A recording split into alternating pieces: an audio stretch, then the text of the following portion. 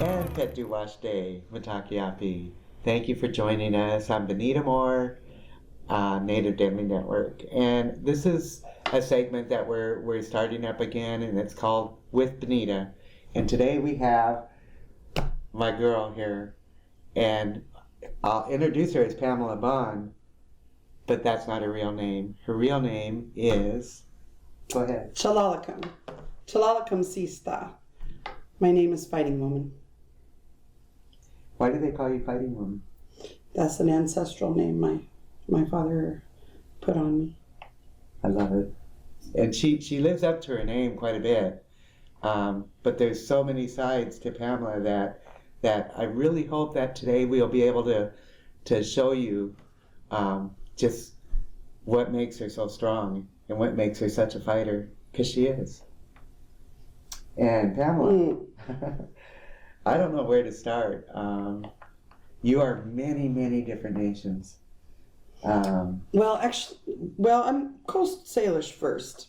A lot of families who were noble or what we call high class families, we were all related. I think before Mr. Dawes came around, we were just the people here. We were just the Stabus, and we all have the same longhouse, smokehouse spirituality.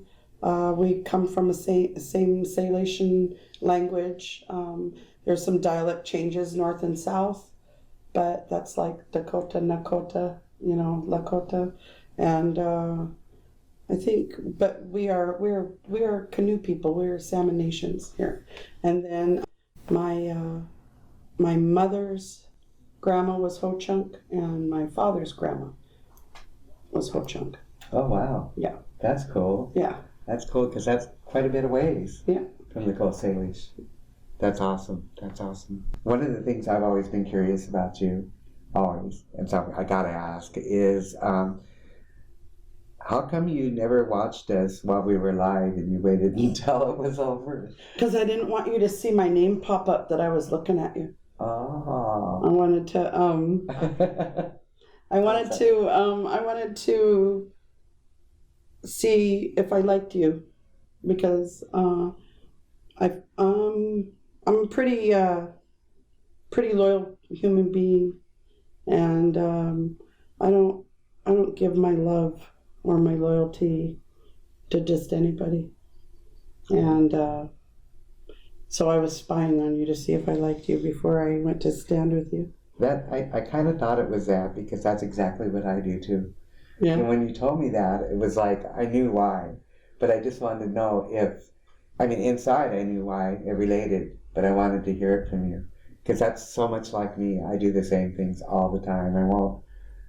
I lurk a lot to see if this person is worthy of my time.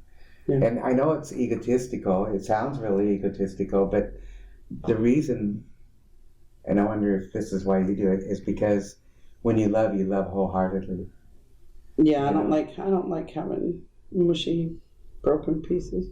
Mm-hmm. It doesn't feel good. So I'm pretty choosy. Could you tell me more about your family? What you want to know about my family, girl? Well, just your kids. My kids. Yeah. How many kids do you have? Well, between his, mine, and ours, there's 15. Wow. Yeah. And I have a really good relationship with 4 of his kids. His name was Wadapa and Machuska. Machuska, yeah. And I don't even know where to start with that. I love them. And currently I'm hoping he has a little boy that's in foster care that I'm hoping to get into our home soon. How old is the boy? He's 11. 11? Mm-hmm. How old's Darius? 10. He'll be 11. 10. Okay. Well, no, actually, He turned 12 on July 30th. So, and Darius will be 11 in a couple weeks. Yeah. Cool. And then you have a daughter. I have a daughter. 2 daughters, right? I have a lot of daughters. I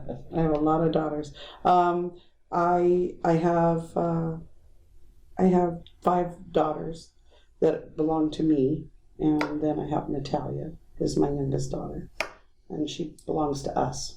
Yeah. So tell us about Machuska. Can you tell me how'd you meet him? I met him at a powwow. I met him at a powwow a long time ago. Met him out at the Edmonds Community College powwow, and I don't know. He was like, "Let me get the number." Then I was thinking, but he didn't leave until I gave him the number. And actually, my father was at the powwow with me, and he was dancing around, and he had one glass lens out of his sunglasses out, and he was dancing around, and he was laughing to himself like a crazy man. And my dad said, "That's the one. That's the one, girl. That's the one." And then all of a sudden, the lights went out. And I was like, oh, and he was laughing so hard when the electricity went out. And I thought, uh-oh, here we go. So I gave him the number. So, yeah. And so that's how it, boom, That's happened. how it happened. How long were you guys together? Off and on, in and out of prison. Almost 18 years. Yeah. And I bet you went to prison for some crap shit. There's a pipeline to prison, girl. Yeah. Yeah. Mm-hmm. He went there as a young man. He was in an Oklahoma State prison in a supermax as a very young man, and he suffered some really bad traumas there. He saw a lot of things that hurt a young man's heart, and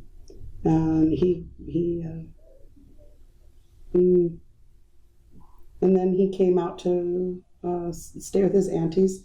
He lived with them a lot as a child, and he came out here, and he was with his aunties who married Quileute boys. Yeah, they were Ponca girls who married Quileute boys, and they've all lived here. They all lived here. So, Ponca. Yeah. Ponca boy. He was a Ponca boy. Awesome. Yeah. So I know that's the real hard part, but I know what happened, and I would like everybody to know what Machuska went through to his end. He suffered a lot in his mind. I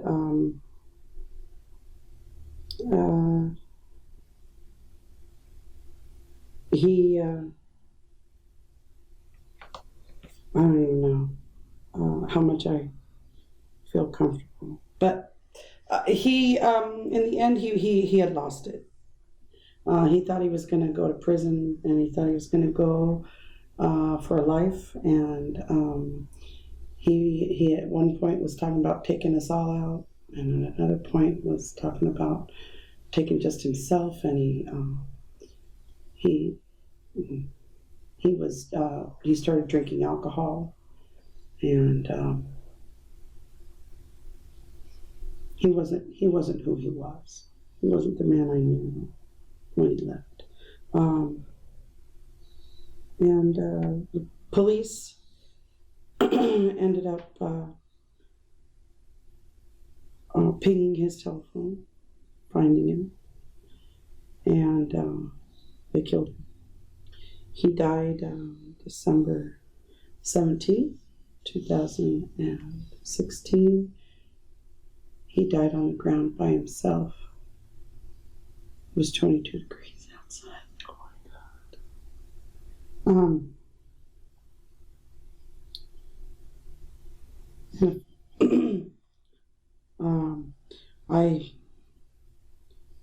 There's a million things. But to me, I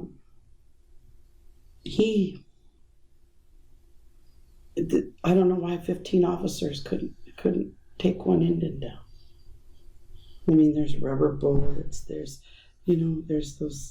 those shields, those like plexiglass type shields. There's, they could have stun gunned him. I mean, there wasn't a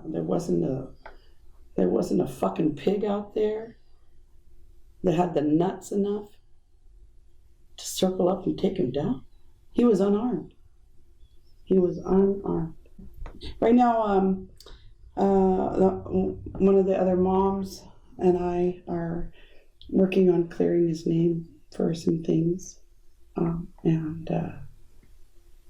that's looking really promising. And it was one of the things that killed his spirit, and so I'm hoping, I'll be able to make an announcement in the next year or so. That would be awesome. Yeah. Just to clear his name for some things that his children love him, and they need to be proud of him, and they are. But anyway, the whole backstory of our native men, native women too, is that we have so many years, so many generations of trauma. Yeah.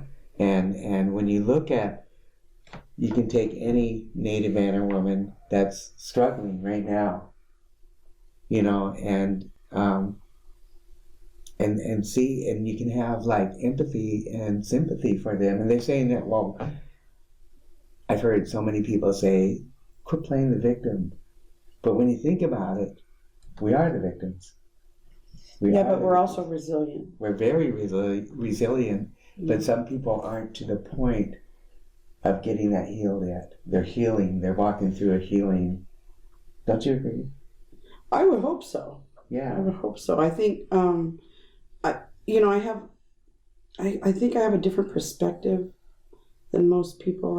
I had a very active dad in my life, and who I had a lot of, really life-changing conversations with, and we have our women have a high rate of being involved in domestic violence and rape, and those statistics didn't bypass me. No. They didn't bypass me,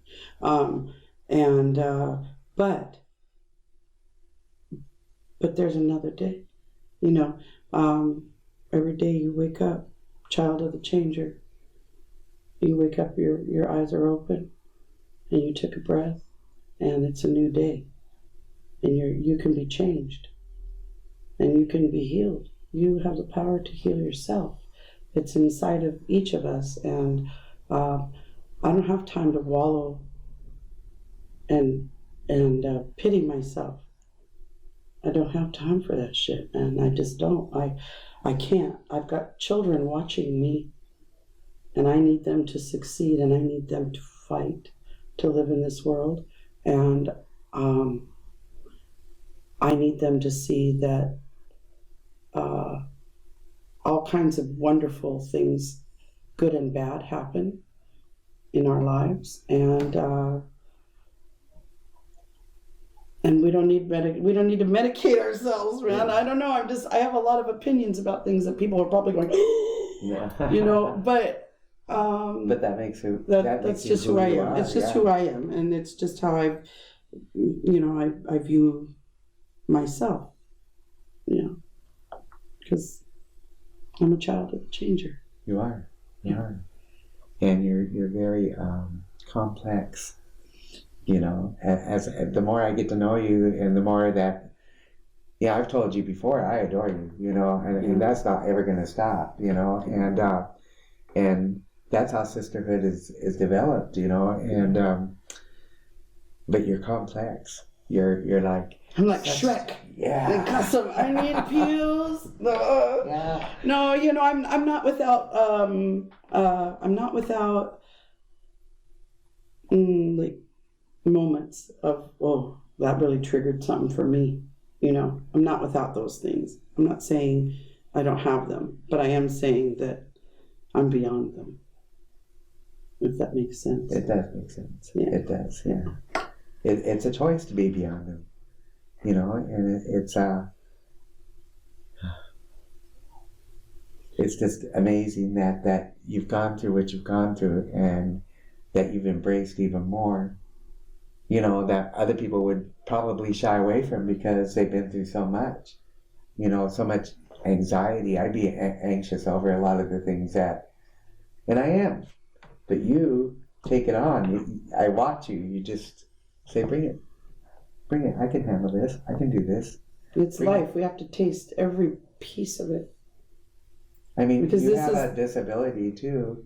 What other people would call a disability, but you take that as a strength, you know, and that's what happened with your eyes. Oh, well, I traded them for a little boy. I traded my eyes for a little boy. I have a beautiful little boy, and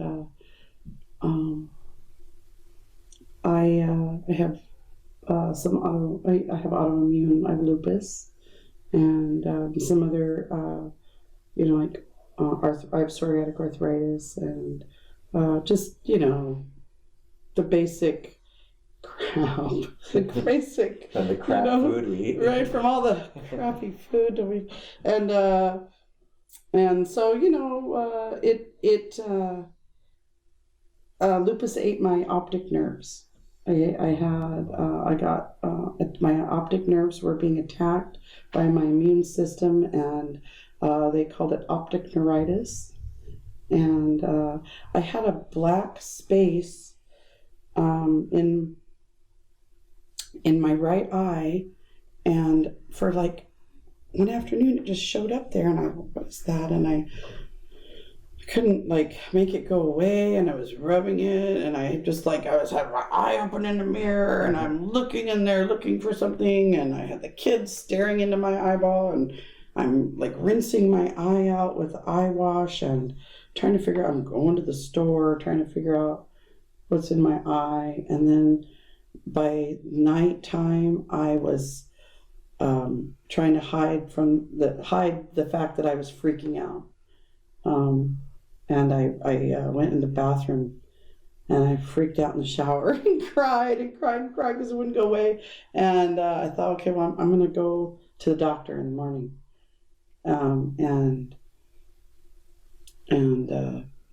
But I couldn't go to bed. And at 3:30 in the morning, I got out the yellow pages, and I was looking for, you know, an eye doctor, and Dr. Steven Swedberg in Edmonds.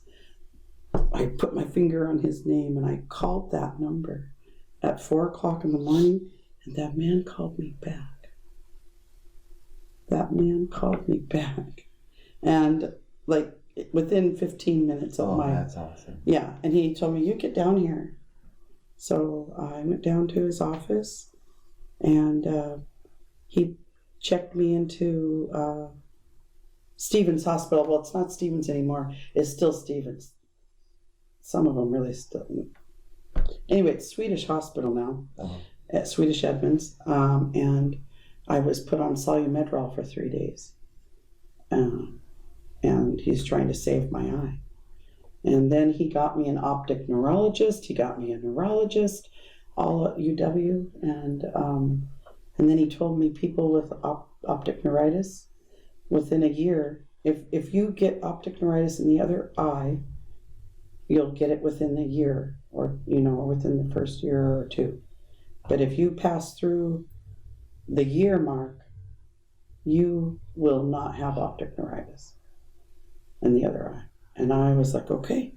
And it took me about 6 months to figure out how to drive again. I didn't feel like I was in a video game, especially like going through the tunnels downtown Seattle. Oh my God, that was horrible. And so, but then right before that year was I lost the other eye. And so, but then I knew what was going on. And so I ran into his office. I'm like, I got an egg. And he put me back over at Swedish and put me on 3 days of Solumetrol. And what I have left is what he saved. Yeah. What do you have left? A pinhole. Oh. A pinhole in my left eye. You do well. I have to, man. My dad said, don't be a statistic. Don't be the white man's statistic. Be extraordinary. Did you get your... Pamela is a storyteller. And in the tradition and since time immemorial, that's how we passed on all our wisdom and teachings and instruction and just humor in many of them by storytelling. And so Pamela is getting pretty renowned as a storyteller, and Pamela, I'm going to switch up a little bit here. Okay. Do you think you can tell us a little bit of a story, any kind? A little bit of a story. Yeah. A fast story? Okay. Yeah. Okay. Whatever you want. Yeah. Whatever just came to your mind. A tootie-too hawk. A tootie-too hawk. A long time ago when the world was new, the plants and the trees believed they were people. A tootie-too hawk. A tootie-too hawk. A long time ago when the world was new, the winged, they believed they were people. A tootie-too hawk. A tootie-too hawk. A long time ago when the world was new, the four-legged, they believed they were people. A tootie-too hawk. A tootie-too hawk. A long time ago when the world was new, the beings in the water believed they were people. A tootie-too hawk. A tootie-too hawk. A long time ago when the world was new, the humans thought they were people. This way, and that's all. I love that. Thank you. Yeah, it was like, how fast can we do it? Our teachings have a lot of different concepts, and I have a lot of, it means something to different people, because we're all, if we consider ourselves children of Tankashla, or children of the Changer, the Transformer, the Great Mystery, Wakandahe, we change every day, right? So the thing that we hear when we're a child and the thing that we hear when we're an adult, whether we heard that teaching 100 million times and oh my God, are they telling that one again? But if we change every day that we wake up and we have maybe a new way to see something, a new perception. So that thing that we thought about was our teaching, and it might change. It certainly might change. But wouldn't it be a wonderful thing if the respect that comes with that teaching, the respect that the people, the Stabir, had for one another, was still there? Yes. What if every single time we were picking berries, we were singing to them? What if every single time we walked by a bush and a child grabbed a leaf and stopped them and said, "Hey, would you like that if someone did that to you?" That's a person. That's a person. And if you, and we cut down trees with impunity. Our people here never had to cut down a tree. Not really. Mm-hmm. If we did, it was a ceremony, and a lot of people were invited, and a whole thing was happening for that tree, for the life of that tree, if it came down. But the north wind, our cedar trees, the north wind cleaned out. When they're old, they kind of get rotten in the middle, mm-hmm. and the north wind blows them down. They go into the river. They become the riparian zone, the cold places for the salmon nations. That woody debris, mm-hmm. in the rivers. and then they get washed out into the Hulsh after the winter flooding, and then they come back up on the beach, right? Mm-hmm. So there's this, this way, and that's what all the things that were made out of the trees. They didn't have to kill the live one, did they? No, right? we could have old growth cedar. Some of them, there's a picture of a whole town of people on a tree that they had chopped down, and I think it was out in Cedar Woolley, and they had 98 people on the top of that tree, and there was still space around the outside edge. So their whole town was triumphed on top of that tree that they cut. They put 98 people on top. Can you imagine putting 98 people on top of a tree trunk? And they took that down. So if you imagine planks, cedar planks, being able to come out of a living being, and that being stay alive and not die from losing some of its, heartwood, and then, or even when we peel our cedar bark, we didn't take more than a third of the tree, and the tree would grow bark back down, and it would have like a little dip that went out like this. It would protect it from the water so it didn't rot under there, and and then it closes back up and looks like boobies. So if you see that tree like that, it's culturally modified. Oh, okay. Yeah. I didn't even know close that. In like that. I didn't know that that's how the Coast Salish did it. I didn't know. We don't hardly have any trees out there on the ranch. Yeah, you got little trees out there, little baby trees. You got baby trees and really tall indents. Yeah, really. And we got really tall trees and little short indents over here. Oh, yeah, I didn't know. I mean, there's so much that I want to learn from you. I do. I mean, because I love my plant people. I mean, I talk to them all the time. Like, that one over there is like 28 years old. This one's the same age, 28. This fern right here. Yeah. She's 28 years old. Wow. And I could never keep those alive that way. I know. We bought them at Fred Meyer's, me and my sister-in-law, my niece, Misty Stafford, and Melanie Stafford. And I told her when I moved in here, I took a picture of her and I said, Misty, do you remember when we all went to Fred Meyer and bought those ferns? I said, here she is. She's still alive. And she said, oh my God. Right? Mine died like a month later. Oh, God. Anyway, so yeah, I'm a plant person, but I don't know them like you do. So I value this. I just was taught medicine. No, I don't know that I can grow them. I don't have a green thumb. I have to leave that up to Mother Earth. I can't do it, but I know how to gather medicine. Yeah. She does. She's got a regular pharmacopoeia over her house. You should see it. It's just like covers her whole wall, and it's all medicine. Yeah. It's all some kind of medicine, and if I could just go to her, I just know that I'd be healed. I do. I really feel that. I do. I really, really feel that. But I just got to go and hang out, I know. I want to do some classes and stuff. And just start community building. I'm really dreaming about doing something like that. There's something really coming your way, I'm sure. I'm open. Yeah. Yeah. So, you talk about your dad a lot. I mean, almost everything that when you speak about something, you speak about how your dad influenced you and how he led you and how he taught you. So, could you tell us a little bit about your dad, the Sea Monster Man? The Sea Monster Man. Yeah. I'm so proud of him. I'm proud to be his child. I love him. My father was born in the 30s. And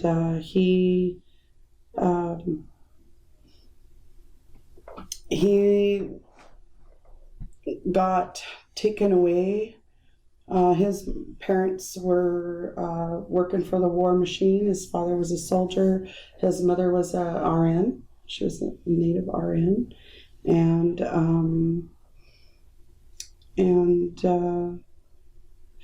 when his grandmother died, or no, no, I'm sorry, apologize. Take that back. Take that. Oops. When his grandfather died, they said that the grandma could not take care of 7 children, and they come and took all the kids away. Who's they? The state. Well, actually, he'll tell you, Mrs. Bell. He hated Mrs. Bell. Mm-hmm. She was a social worker, and to his dying day, he believed that a white woman who wanted his baby sister is the one who called the state. Oh. And told them that his grandfather had died. And he was perfectly happy to be poor, and every child had a row in the backyard garden, and they had fruit trees. And he said, we never wanted for anything. We picked the fruit, and Grandma would can it, and we had vegetables because we each had a row in the garden. We had to make sure the weeds were out of. And he just had a lot of wonderful memories. And then he went out. He was taken away and went out to St. Anne's, out in Tulalip. He was at St. Anne's. And then he came out here to Cushman. And he was at Home on the Hill, Industrial School for Boys. Yeah. And he remembers seeing his baby sister. He remembered seeing his baby sister in a swing by herself. Girls would play on one side of a playground and boys on the other. And him and his brother saw the baby, and they hadn't seen her in months, and she looked so big. And his big brother pushed him up over the fence, and he went and got the baby out of the swing and brought her over to the fence so that his brother could kiss her. Oh. And a nun caught them and beat them and told them they were perverted little boys. And I didn't know any of this stuff until my dad spoke inside the longhouse. And it was the first time I ever saw him cry. Because to me, my father was a giant. And he was a badass motherfucker. And and he got in trouble for boxing in the streets. He was boxing in the streets for money. And he hurt a man. I believe he killed a man boxing. And they told him that he could go to war or he could go to prison. So he chose Korea. He was a Korean War vet and a Vietnam vet. And I don't know, he was a resilient man. And there was a lot of people who didn't hang on to the teachings, and he did. And he would tell me things about his grandma and tell me things about the way you're supposed to be. And usually those kind of, and women teachings didn't usually come from men unless they were, like what we call now a two-spirit, because they could carry both teachings. But Dad had sisters, and Dad, he would tell me things. We'd sit down and talk or walk, and I don't know. I was just proud to be his child. And he fought for everything he had. Fought for everything that he remembered, everything he kept in his heart. And he was in pain, and we didn't never know it. We didn't know it. And so I only saw my father cry twice in almost my life. And then he got teary after he had a couple of strokes near the end of his life, but he didn't drop. And he walked out of the hospital. He said, "I'm out." He'd leave. He had about 8 strokes. And he had a lot of TIAs in the end. But that's not what killed my father. My father hit his head, fell on a wiggly stair and hit his head, and he died from a head injury. He broke out, his brain synapses broke. It was his head from the swelling. Anyway. Oh, that's... But you know, that hard way for a whole warrior to go. Yeah. But so was he into activism at all? What we call activism is a lot different from what our warrior parents, our grandparents did. I grew up listening to stories about Bob Salish, and he knew them all, right? Oh yeah. He used to tell me Ramona Bennett and Bob Salish had the Milwaukee Tavern. You know, yeah. My mom used to go there. Yeah. Right? And I don't know. We were under the table. Oh yeah. We were under the table listening to the adults gossip because they weren't paying attention to us under there. Not at all, you know. So we heard it all. Yeah. We knew all the juice. Yeah. Any tea spilled, we were like, yeah, yeah. He was an activist. He was. Yeah. But he also was a man who earned his master's degree at Seattle University, and he took care of boys out at Echo Glen in Snoqualmie. And he used to bring boys home on furlough for a weekend and then bring them back up there. You can't do that no more. You can't bring no kids home on furlough. Mm-hmm. Quality assurance would be... Echo Glen used to be a girls. It was a girls and boys. Yeah. Well, first it was strictly girls back in my day. Yeah. Oh, okay. Yeah, and then they co-eded it. They made it co-ed. Oh, okay. In I think it was in the late '60s. That was before my time. Yeah, my brother was always going to like Mission Creek and stuff. You know. Oh, okay. He was always in a. Oh, Chida. Yeah. Yeah. Well, you know, they put a lot of little boys in places where when they couldn't find housing for them, or they had ADD, mm-hmm. and that was nothing wrong with them, but they were problem children. Mm-hmm. My dad used to tell me when ADD first came out, it was like really everybody needed pills for that. Mm-hmm. You know, get some Ritalin. Yeah, right. There's the beginning of your drug Ritalin, problem right there. But he used to say, no, those kids are still normal. They just need to go outside. He'd say, there's no such thing as ADD. That's because our brain was not meant to sit in lines in the classroom. We're supposed to circle up, you know. And he'd say, we're supposed to circle up. We're supposed to look outside. We're supposed to see what stars are in the sky right now, and what leaf falls first, and what bug goes to what plant. And we're supposed to be able to see what berries are going to come first, because the June plums are coming first, because the bees aren't awake yet, so the flies pollinate those, and that's why their flowers stink. And we're supposed to know all this stuff. And we don't know it anymore because we're standing in white people lines in our classrooms telling our children to be quiet. And we weren't made that way. Mm-mm. And so he told me, don't ever believe that. If anybody ever says that about any of your friends or any of your children, it's not true.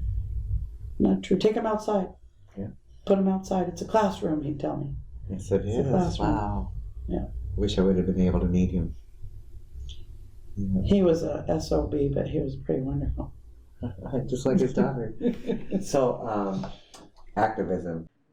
I don't care anymore. PSC is my enemy. You're my enemy. I will fight you. My people will fight you. Tell me what got you involved. Well, I don't know a time that we weren't, that our family wasn't fighting for someone. We had foster kids that were retarded in our home when I was a kid. My parents were very active in taking care of people with disabilities, and then the fishing wars. But after that, because I was really little then, but after that, I just don't know a time that our family wasn't taking care of people. So I don't think I really know how else to be, if we're not getting our basic needs met, then we're suffering, right? And we're not whole. And water is a basic need. So I'm gonna fight you if you're fucking up the water. You hear that, right? Oh, that's what Governor Inslee told me too. You remember that? No, he, when we met the other night, well, we didn't meet. When we forcibly met the other night, I didn't stay and do all the extra that other people were doing. I kept my word and said, I want to talk and I'm not going to disrupt. And and I'm going to leave. And I did. I spoke, I got to talk to him, and I left. I didn't stay for all the extra. But, because I needed to keep my word. Mm-hmm. But he told me when I first spoke to him, he goes, you're picking the wrong enemy. I'm not your enemy, he told me. And I was like, oh, you heard me. Uh-huh. And I smiled at him, and he just kind of, and then he kept going. But I know. I know on Ancestral Waters, we have a couple times where you spoke right into the camera. That time that we were up at Seattle Clean Air Agency, Puget Sound Clean Air Agency. And what you said that day, it stirred many hearts. It really did. And because you were very direct, but you were speaking from your chante. Yeah. And you could feel it. I mean, when people speak directly from their heart, there's an energy in this, a synergy that's out there that just makes everybody just jump on your side, and it draws people in. And you drew a lot of people. You should watch it again. I don't think I did that, though. That day that we went into the Clean Air Agency, I just, by the time I got up to the top of the stairs, I didn't feel like I didn't have that anger, because something inside me said, you have to change the conversation. And that's when I really felt like, oh, I'm being spoke to by my ancestors, not by my own volition. Mm-hmm. So I'm just gonna, I had things that I was gonna say, and then none of the things that I wanted to say came out that day. And so that day, what happens to our land affects the water. What happens in the water affects the land and the air. This is an old understanding from time immemorial. We didn't need modern science to know this. We have been the caretakers of the land. It owns us. We don't own it. We need your help. Please stand with us. Please choose a good thing. That was a good day. It was a good day. It was a good day. But other days were good too. Yeah, they were. Because when you declare somebody your enemy, and you declare the fact that you want to do everything that you can in your power to protect your people, that's a good day too. That's a good day. That's a good day too. Thank you. And that's never going to change. I love that part. I love that part. You're my hero. You're my shiro. When you went up before the council and you said you're my enemy, and I forgot. They needed to see who they were. Yeah. And then you walked out another time just singing at the top of your lungs. Just singing, and I had to pray, because if I didn't pray, boy, I was going to throw stuff. So beautiful. No, your voice, just like it, the it just echoed through the whole thing. I mean, it was haunting. It was like you could see. I looked at all the council people, and I was just like, "Yep, there she goes.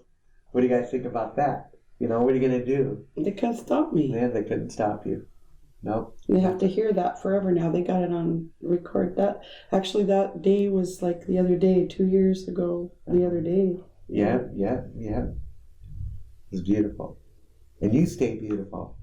Okay. I love you guys. You guys are going to hear more from Pamela and Chelalakem. Coming forward and going forward, you're going to see a lot more of her because she's a treasure, and everybody she hangs out with is also a treasure, including me. So yeah, that in. Yeah. Okay, so let's wrap it up and we'll say hoi. Hoi. Next time. I always say hasta la hoi. No. Doksha. Doksha. Okay. And you can cut it there. Yeah. Keep on. Can I get a lead?